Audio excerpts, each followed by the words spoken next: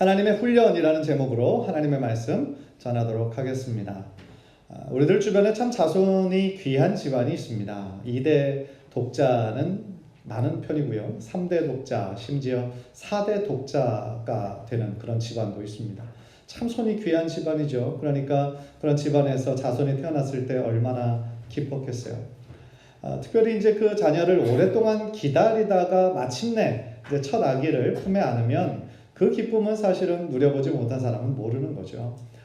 제가 아는 그 선배 중에 40대 후반 거의 50이 다 됐는데 이제 첫 아기를 받으신 분이 계세요. 그 사진 찍은 것을 보니까 그 요즘 말로 그 아들 바보, 딸 바보 그러잖아요. 딱 그 표정이에요. 얼마나 그냥 거의 손자를 바라보는 그런 표정처럼 첫 아들을 이렇게 바라보는 표정을 보았습니다. 그 정도로 귀하다라는 거죠. 그런데 그런 측면에서 아브라함과 사라에게 이삭이 얼마나 귀한 아들이었을까 한번 상상해 보세요. 아브라함의 나이 100세, 사라 나이 90세. 그러니까 그때 낳은 언약의 아들이니까 정말 말 그대로 눈에 넣어도 아프지 않을 정도로 귀한 아들 애지중지하며 키웠을 거예요. 자라는 거 하나하나 순간순간이 다 기쁨이었겠죠. 그런데 어느 날 하나님의 큰 믿음의 시험이 아브라함에게 찾아옵니다. 청소년 시기가 다 된 이삭을 제물로 바치라는 거예요. 그런데 그 믿음의 시험을 아주 멋지게 패스했죠. 그래서 아브라함과 사라에게 이제 남은 한 가지 기도 제목이 있다면 이삭의 결혼이었을 거예요. 왜냐하면 아브라함, 사라가 이제 열방의 아비, 열방의 어미로 민족의 조상이 되기 위해서 자연스러운 것은 자신의 자손들을 통하여 계속해서 자손들이 번성하는 것이 당연한 하나님의 약속의 일부분이었잖아요. 그래서 기도하는 가운데 우리 지난 2주 동안 살펴보았던 것처럼 아브라함의 충성스러운 종 엘리에셀을 통하여 이삭의 그 아내가 될 아주 신실한 배필을 찾죠. 그래서 리브가를 만나서 지금 돌아와서 결혼하게 되는 것까지가 바로 지난주에 나눠본 그런 내용이었습니다. 그런데 자연스럽게 우리가 이어지는 과정을 우리가 곰곰이 생각해 보면 아브라함이 이삭을 결혼시키고 나서 이제 어느 정도 지난 다음에 간절히 기다리던 소식이 있었을 거예요. 그렇죠? 임신 소식이었겠죠. 언제쯤 이 이삭이 이제 아들을 낳아서 자기가 이렇게 손주를 안아볼 수 있을까? 그런 기대를 하고 기도를 많이 했을 거예요. 그런데 시간이 굉장히 오랜 시간이 지나도 소식이 들리지 않은 겁니다. 5년 지나도 10년이 지나도 15년이 지나도 소식이 들리지 않아요.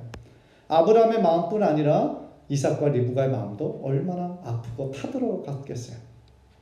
오늘 본문은 드디어 이삭과 리브가에게 하나님께서 후손을 주시는 그런 대목입니다. 간절히 바라기는 오늘 말씀을 통해서 우리들에게 주시는 그 말씀의 의미가 무엇일까? 또 우리가 신앙적으로 이 말씀 붙잡고 어떻게 적용할 수 있을까?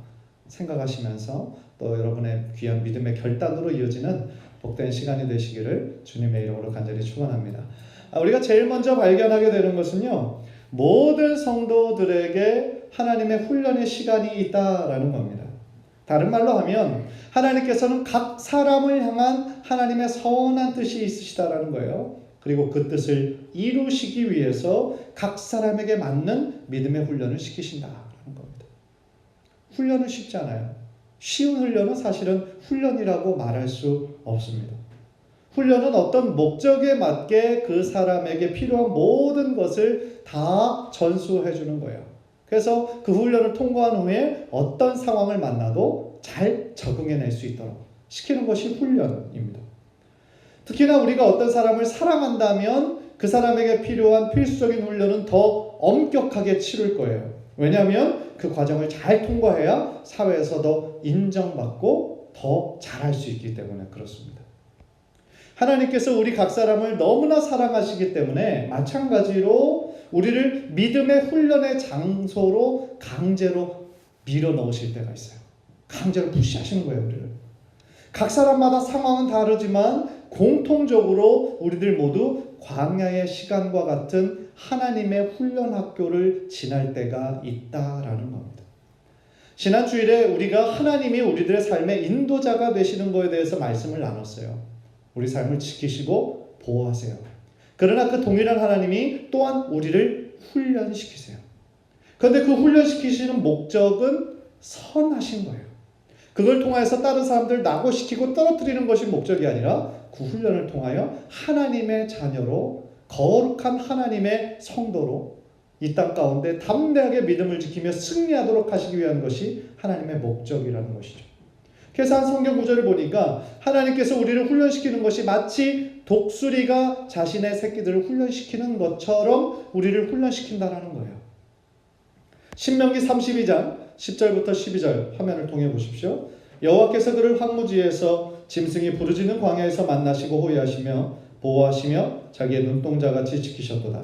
마치 독수리가 자기의 보금자리를 어지럽게 하며 자기의 새끼 위에 너풀거리며 그의 날개를 펴서 새끼를 받으며 그의 날개 위에 그것을 엎는 것 같이 여호와께서 홀로 그를 인도하셨고. 여러분, 독수리가 자신의 새끼 날 때쯤 될 때 어떻게 훈련을 시키는 거 여러분 아마 몇 번은 들으셨을 거예요. 독수리는 가장 높은 곳 바위 틈새에 둥지를 틉니다. 그리고 자신의 자녀가 날 때쯤 되었다라고 생각했을 때 어미 독수리가 그 새끼새를 강제로 절벽에서 떨어뜨려 버립니다. 아기 새의 입장에서 볼 때는 이거는 뭐 날벼락이죠, 그죠? 지금까지는 둥지 안에 편안하게 있다가 갑자기 떨어지니 말이에요. 그래서 아마 죽기 살기로 필사적으로 살기 위해서 날개짓을 했을 겁니다. 그런데 한 번도 안 써보던 근육이 제대로 움직여지나요? 안 되죠. 그러니까 밑으로 뚝 떨어지겠죠. 그래서 이제 죽었구나 할 그 직전에 어미 독수리가 바로 탁 채서 다시 하늘로 올라갑니다. 그러면 살았다. 올라가면 다시 뚝 떨어집니다. 이런 상황이 지금 반복이 되는 거죠. 그런데 그런 상황을 통해서 어떻게 됩니까? 전혀 안 쓰던 근육들이 계속 쓰게 되니까 결국에는 그 아기 새가 날 수 있게 되는 거죠. 스스로 생존할 수 있게 되고 새 중에 왕이 되는 그런 과정을 어미새가 시킨다라는 거예요. 자신의 새끼들을 사랑하지 않는 동물들이 누가 있습니까? 하나도 없거든요. 그러나 사랑하기 때문에 때로는 가혹하게 보이는 이런 훈련을 하는 겁니다. 그 훈련을 통해서 낙오시키거나 죽게 하는 것이 목적이 아니에요. 바닥에 떨어질 때쯤 그를 기가 막히게 받아서 살리는 것처럼 결국은 그 훈련을 통하여 더욱더 강한 존재가 되게 하려는 목적이 있다는 거죠. 마찬가지입니다. 중요한 것은 하나님께서 그의 백성들도 동일한 방식으로 우리를 훈련시키신다라는 거예요. 그 이유는 세상의 그 누구보다도 우리를 사랑하시기 때문에 그런 믿음의 훈련들을 통하여서 우리들의 믿음이 더욱더 자라고 성장하기를 원하시는 아버지의 마음이 있기 때문에 그렇다라는 것입니다. 하나님께서 우리 성도들을 그렇게 믿음의 훈련으로, 광야의 훈련으로 밀어 넣으시는 데는 약 3가지 이유가 있다라고 우리가 정리할 수 있습니다. 부산의 수영록교회 원로 목사님이신 정필도 목사님이 3가지로 정리했는데 제가 그것을 보면서 평소에 생각하는 것과 똑같아서 그거를 좀 함께 나누고 은혜를 좀 받고 싶습니다. 첫 번째, 하나님께서 우리 성도들에게 믿음의 훈련을 주시는 그 이유는 바로 우리로 하여금 더 깊이 하나님을 알게 하기 위해서입니다. 예를 들어서요, 이스라엘 백성이 출애굽을 하였을 때 하나님께서 그들을 인도하신 곳은 광야였습니다. 여러분 혹시 애굽에서 가나안까지 직선 거리를 따지면 얼마나 되는지 모르시죠? 320km입니다. 생각보다 멀지 않습니다. 물론 직선으로 가기엔 여러 가지 장애물이 있고 앞에 바다도 있었을 테고 320km가 훨씬 넘었겠죠. 그러나 당시 건강한 성인의 걸음으로 생각해 봤을 때 약 일주일이나 10일이면 도착할 수 있는 거리라고 합니다. 그러나 당시에 성인만 60만 명이었고 노약자들을 합하면 200만 명이 되는 거대한 민족이었죠. 그리고 짐승들도 끌고 갔습니다. 그러니까 아주 빠른 시일은 못 간다 할지라도 320km의 거리는 늦어도 한 달이면 충분히 갈 수 있는 거리였다라는 거예요. 그런데 현대의 과학자들이 그 이스라엘 백성들이 광야에서 320km 거리가 걸린 기간이 몇 년이었죠? 40년이었죠? 한 달이면 갈 수 있는 거리를. 그래서 현대의 과학자들이 그러면 하루에 도대체 얼마만큼 이동했는가? 그 이스라엘 백성이 그냥 과학적으로 한번 그거를 수치를 한번 계산해 본 거예요. 그런데 하루 평균 22m를 이동했다는 겁니다. 22m. 시간당 1m의 거리도 못 갔다는 거예요. 이게 말이 됩니까? 거북이도 시간당 1m를 훨씬 많이 가죠. 뭡니까? 거북이보다 더 느린 거. 그것도 시간당 1m를 더 가는 거겠죠. 그러니까 이게 어찌돼 느리겠습니까? 시간당 1m도 못 갔다? 이게 말이 안 되는 거죠. 그런데 하나님께서 그런 상황 가운데 그들을 계속 빙빙 돌리신 거예요. 40년 동안. 계속 빙빙 돌리셨습니다. 왜요? 이스라엘 백성을 훈련시키기 위해서였다라는 겁니다. 그 40년간의 광야 시간을 통해서 하나님은 이스라엘 백성에게 오직 하나님만 바라보게 하는 훈련을 시키신 거예요. 하나님이 어떤 분이신지, 어떤 성품을 가지신 분이신지 이스라엘 백성들에게 각인을 시키셨다라는 겁니다. 그래서 광야의 훈련을 통하여서 결국은 하나님의 뜻에 순종하는 것이 사는 것이라는 어떤 그것을 순종의 훈련을 하나님께서는 시키신 겁니다. 물론 그 시험을 대부분의 1세대들은 통과하지 못했습니다.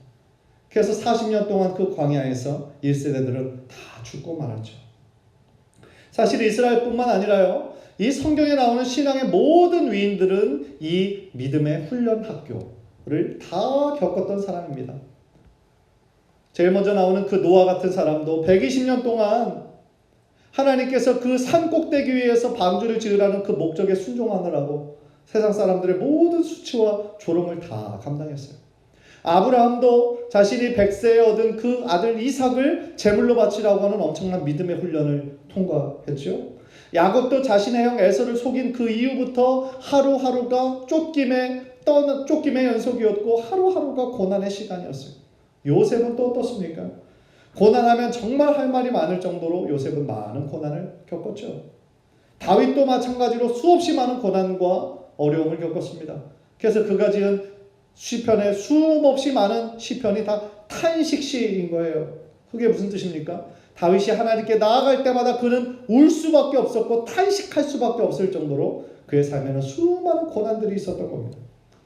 또 고난의 대명사가 되어버린 욥을 생각해보면 사실은 이 세상에 그 누구도 할 말이 없어지게 만들죠.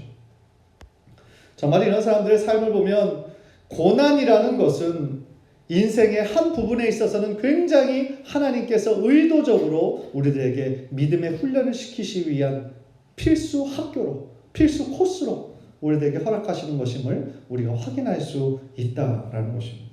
그래서 그 모든 훈련을 통하여 그들은 더 큰 믿음의 사람으로 성장할 수가 있었던 거예요. 사랑하는 성도 여러분, 무엇이 가장 큰 축복입니까?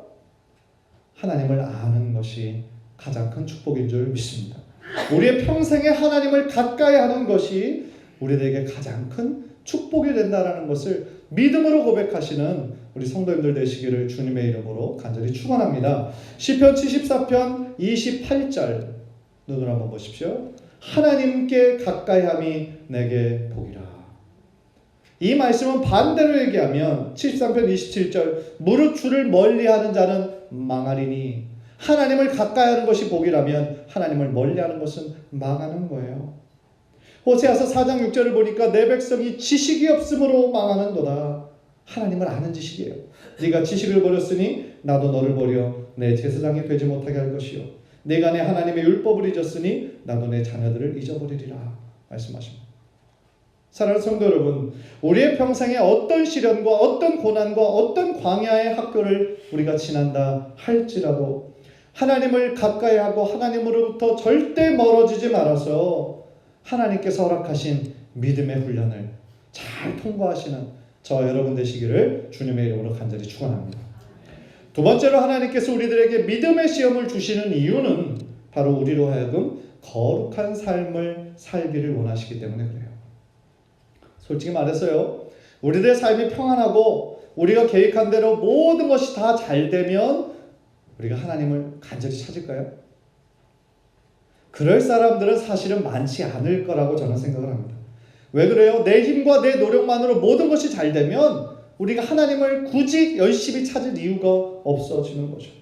그러니까 점차로 하나님 앞에 나오지도 않게 되고, 그러다 보면 마음의 간절함도 잃어버리게 되고, 점차로 기도 안 하게 되고, 기도하지 않게 되면 우리들의 마음이 식게 되고, 감사함이 사라지고, 그 자리에 불평과 불만과 짜증이 우리들의 마음을 가득 채우게 된다는 거죠. 자연스러운 과정이에요. 거의 모든 사람들이 자기가 뭔가 이루었다고 생각했을 때, 성공했을 때 그때 넘어지기가 참 쉬운 거예요. 그때부터 타락하기 시작하는 거예요. 요즘 한국 뉴스를 보면 성공의 아이콘이라고 불렸던 여러 유명한 가수들이 아주 타락한 사건으로 지금 한국 사회가 떠들썩합니다. 그 사건과 함께 예전에 묻혀졌던 고위 그 권력자들의 권력형 비리도 같이 나오고 있죠. 그 사건들을 보면 경찰청장도 연루되고 검사장들도 연루되고 법무부 차관도 연루되고 유명 언론 사장도 있고, 어떻게 보면 영화에서나 나올 법한 그런 추잡한 이야기들이 얼마나 우리들의 현실에서 실제로 일어나고 있는지 모른다는 거예요. 그게 우리가 살아가는 세상이에요. 사랑하는 성도 여러분, 그래서 하나님은 우리가 이 땅 가운데 살지만 세상에 동화되지 않고 이 땅 가운데 하나님의 거룩한 자녀로 구별된 삶을 살기를 원하신다라는 겁니다. 왜냐하면 우리 하나님이 거룩하신 분이시기 때문에 그래요. 하나님의 자녀인 우리도 하나님의 거룩하심을 본받기를 원하시는 아버지의 마음이 있기 때문에 그렇습니다. 그래서 우리의 어떤 행위뿐만이 아니라 우리의 마음까지도, 우리들의 생각까지도 정말 세상으로부터, 세상의 죄악으로부터 거룩하게 구별되기를 우리 하나님 원하신다는 거예요. 따라서 우리들의 성도들의 삶에 고난이 있고 광야와 같은 삶이 있다는 것은, 믿음의 시련이 있다는 것은 오히려 그것은 하나님께서 우리를 거룩하고 정결하게 지키시기 위한 하나님의 사랑이라는 거예요. 왜냐하면 이런 훈련의 시간들을 통해 우리는 우리의 연약함을 발견하게 되고, 아까 찬양대가 했던 것처럼 내 안에 참된 소망이 없고 오직 하나님께만 참 소망이 있음을 고백하게 되기 때문에 그렇습니다. 다윗도 그 사실을 너무나 잘 알고 있었어요. 그래서 그 삶의 수많은 고난들을 통하여서 본인이 직접 뼈저리게 그것을 느꼈던 것이죠. 그래서 그가 목동으로 있을 때나 후에 왕이 되었을 때나 그는 늘 넘어지지 않으려고, 늘 거룩함을 유지하려고 했었죠. 물론 그도 인간이었기 때문에 밧세바 사건으로 한번 넘어졌고 나중에 또 인구를 계수하면서 또 한번 넘어졌죠. 그러나 그것을 깨닫고 철저하게 하나님 앞에 회개하며 나왔을 때 하나님께서 그를 용서해 주셨고 하나님 마음에 합한 자라고 하는 그런 칭찬까지 얻게 될 수가 있었다라는 것입니다. 시편 119편 67절에서 71절, 조금 길지만 우리 한번 다 함께 합독하도록 하죠. 시작. 고난당하기 전에는 내가 그릇 행하였더니 이제는 주의 말씀을 지키나이다. 주는 선하사 선을 행하시오니 주의 율례들로 나를 가르치소서. 교만한 자들이 거짓을 지어 나를 치려하였사오나 나는 전심으로 주의 법도들을 지키리이다. 그들의 마음은 살쪄서 기름덩이 같으나 나는 주의 법을 즐거워하나이다. 고난 당한 것이 내게 유익이라. 이로 말미암아 내가 주의 율례들을 배우게 되었나이다. 아멘. 고난 당한 것이 내게 유익이 되었다라는 거예요. 간절히 바라기는 이 다윗의 성숙한 신앙 고백을 본받아서 우리도 하나님께서 광야의 학교, 믿음의 훈련 학교를 우리들에게 주실 때마다 정말 이 고난당한 것이 결국 나에게 유익이 되고 축복이 될 것이라는 것을 믿는 마음으로 나아가시는 우리 귀한 성도님들 되시기를 주님의 이름으로 간절히 축원합니다. 마지막으로 세 번째, 하나님께서 우리들에게 믿음의 훈련을 주시는 이유는 우리로 하여금 겸손케 하기 위해서입니다. 하나님께서 가장 싫어하시는 사람은 교만한 사람이에요. 성경에 이미 여러 번에 걸쳐서 하나님께서 교만한 자를 대적하신다라는 말씀이 나옵니다. 그러나 한편으로 생각해 볼 때 우리 인간이 가장 쉽게 빠질 수 있는 죄가 역시 교만입니다. 생각해 보십시오. 아담과 하와가 제일 처음에 죄라는 이름도 있기 전에 그들이 죄를 짓게 된 그 뿌리는 결국 교만이었습니다. 사단이 뭐라고 그들을 유혹했습니까? 네가 이것을 먹으면 하나님과 같이 된다. 하나님의 피조물입니다. 하나님께서 만드신 존재에 불과해요. 그런데 그것을 먹으면 하나님과 같은 창조주의 자리까지 오르게 된다. 말도 안 되는 얘기죠. 그러나 아담과 하와는 그 얘기에 혹한 거예요. 교만했던 거죠. 자신의 자리가 어딘지를 잊었던 것입니다. 그런데 그 교만의 뿌리가 원죄 안에 그대로 전수되고 있다는 거예요. 지금 우리들 안에도 다 죽은 줄 알았던 그 교만의 뿌리가 어느 순간 비슷한 상황이 연출되면 나도 모르게 뛰쳐나올 때가 있다는 거예요. 남보다 돈이 조금 더 많으면 우리는 쉽게 교만해집니다. 학식이 조금이라도 더 많으면 교만해집니다. 남보다 힘과 권력이 조금만이라도 더 있으면 우리는 교만해집니다. 남들보다 조금이라도 성공하면 우리는 교만해집니다. 이것이 우리들의 인간의 현재의 모습이라는 거예요. 그렇기 때문에 우리는 늘 야고보서 4장 6절의 말씀을 기억해야 합니다. 우리 야고보서 4장 6절 다 함께 읽죠. 시작. 그러므로 일러스되 하나님이 교만한 자를 물리치시고 겸손한 자에게 은혜를 주신다 하였느니라. 아멘. 이스라엘의 광야 생활도 우리들에게 똑같은 깨달음을 줍니다. 아까도 잠깐 말씀드렸던 것처럼 애굽에서 가나안까지의 직선거리는 320km밖에 안 돼요. 장정걸음으로는 10일, 모든 노약자들 짐승 다 합해도 한 달이면 충분히 갈 수 있는 거리입니다. 그런데 하나님은 그 거리를 40년 동안이나 돌게 만드셨어요. 그 이유가 무엇입니까? 이스라엘 그 백성들의 높아진 마음을 낮추시게 하기 위해서요. 깎기 위해서요. 자신을 의지하던 것을 버리고 오직 하나님만 의지하도록 하기 위함이셨다라는 거예요. 신명기 8장 2절에 정확하게 그렇게 언급되어 있습니다. 화면을 통해서 다 함께 읽죠. 시작. 내 하나님 여호와께서 이 40년 동안에 내게 광야길을 걷게 하신 것을 기억하라. 이는 너를 낮추시며 너를 시험하사 내 마음이 어떠한지 그 명령을 지키는지 지키지 않는지 알려 하심이라. 아멘.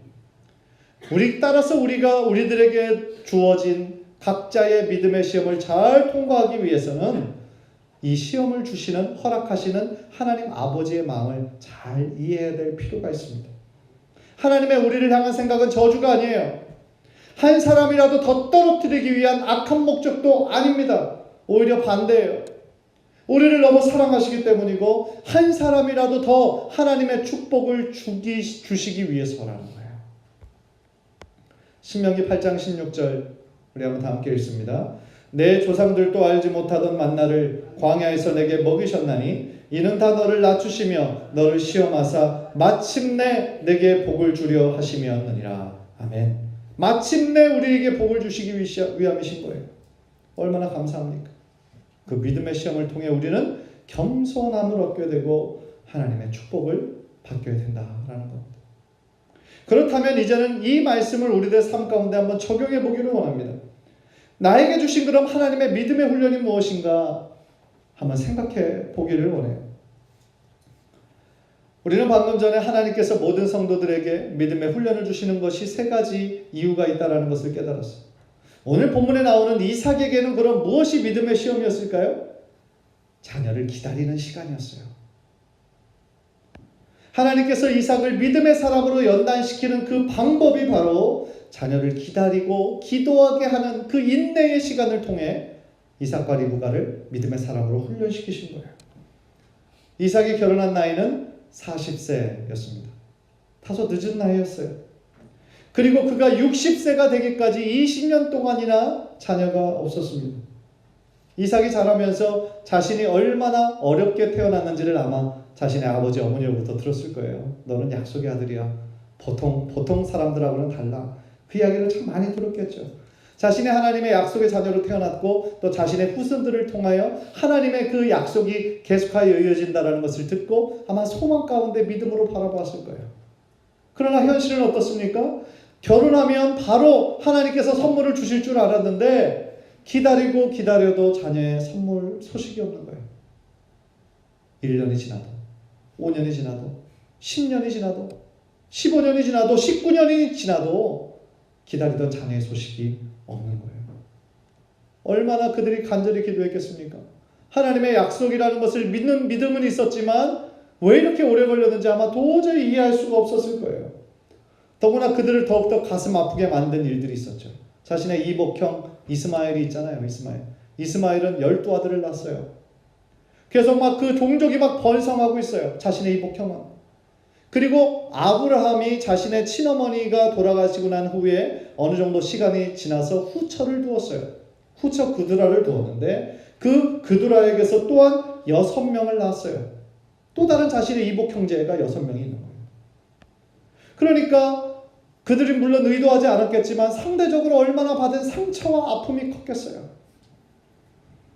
그런데 마침내 드디어 오늘 본문에 하나님께서 예비한 그 훈련의 시간 20년이 다 마치자 그들이 그토록 오랫동안 기다리던 생명의 선물을, 그것도 쌍둥이로 허락하신 것이죠. 이삭과 리브가는 20년 동안 기다리면서 기도하면서 얻었던 그 생명의 선물로 말미암아 단순히 결혼하면 자연스럽게 되어지는 것이 아니라 자녀는 모두 다 하나님의 선물이구나, 하나님의 뜻이 있어야 되는구나 라는 것을 아마 뼈저리게 느꼈을 것입니다. 사랑하는 성도 여러분, 여러분들은 어떤 믿음의 시험을 통과하셨습니까? 아니면 지금 어떤 믿음의 시험을 통과하고 계십니까? 어떤 사람에게는 재정으로 훈련시키십니다. 사실 하나님께서 재정으로 우리들을 믿음에 훈련시키실 때가 굉장히 많아요. 굉장히 많습니다. 왜냐하면 재정이 우리들의 삶에 가장 밀접한 관련이 있기 때문에 그렇습니다. 우리들의 마음이 가장 쉽게 흔들리는 것이 바로 이 돈 때문이라는 것을 하나님은 너무나 잘 아시기 때문에 그래요. 정말 우리들의 바람은 어떤 바람이 있어요? 저도 그래요. 돈 때문에 좀 걱정 안 했으면 좋겠다. 그런데 실제적으로 우리들의 삶은 어떻습니까? 돈 때문에 걱정할 날이 많은 거죠. 그런데 만약에 정말 우리가 원하는 대로 돈 걱정 좀 안 하고 우리들 삶에 여유가 생겨지면 훨씬 더 하나님 잘 믿을 것 같지만 실제로 그럴까요? 그것은 우리가 개런티할 수 없다는 거죠. 왜냐하면 우리들의 마음이 너무나 연약해서 쉽게 왔다 갔다 하기 때문에 그런 것이죠. 따라서 우리는 이 재정적인 시험이 올 때마다 우리는 믿음으로 잘 인내하고 또한 승리할 수 있도록 더욱더 하나님께 기도하고 의지하는 수밖에 없다는 거예요. 또 어떤 사람들에게는 내려놓는 훈련 많이 시키십니다.